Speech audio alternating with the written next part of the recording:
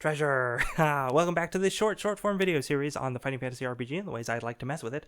Now, loot is a big part of many a dungeon delving RPG, so you'd expect Fighting Fantasy to have tons of tantalizing items for players to discover, but you would be wrong.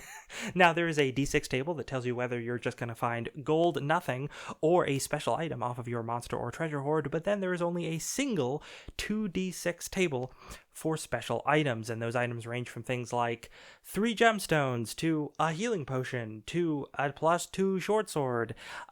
It's not great, and is followed by a short paragraph which says, don't worry, you as the GM can create your own items and insert them into this table. But that reads to me like, hey, you as the GM can do all the work yourself.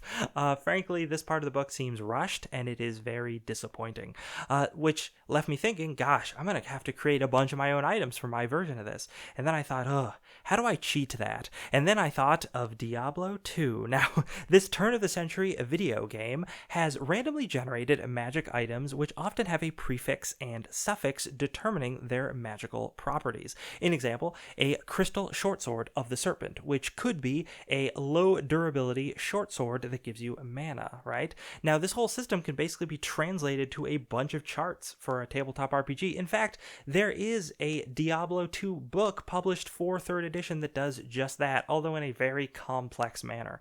So I would say, hey, why don't you simplify those into just a few 3 or 4 d6 charts, which still gives us hundreds of potential combinations, and a nice curve, so we can have common stuff at the middle and then the rarer stuff at the edges. Plus, having those prefixes and suffixes allows us a chance to insert some world flavor, which is always fun. After that, there's nothing to it but just create a bunch of small magic properties that can be mixed without conflict. Oh gosh, but that's basically it for me on this subject, and we're pretty much out of time. We're also almost to the end of this video series, but as always, thanks for watching.